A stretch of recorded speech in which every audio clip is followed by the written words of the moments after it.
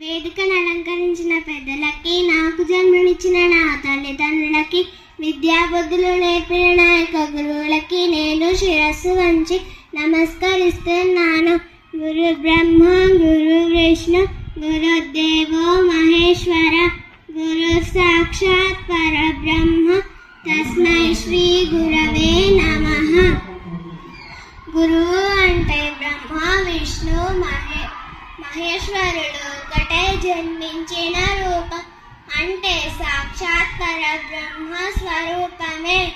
కులమత భేదం లేకుండా, పేదాధనిక తేడా లేకుండా అందరికీ సమానంగా విద్యను అందిస్తారు.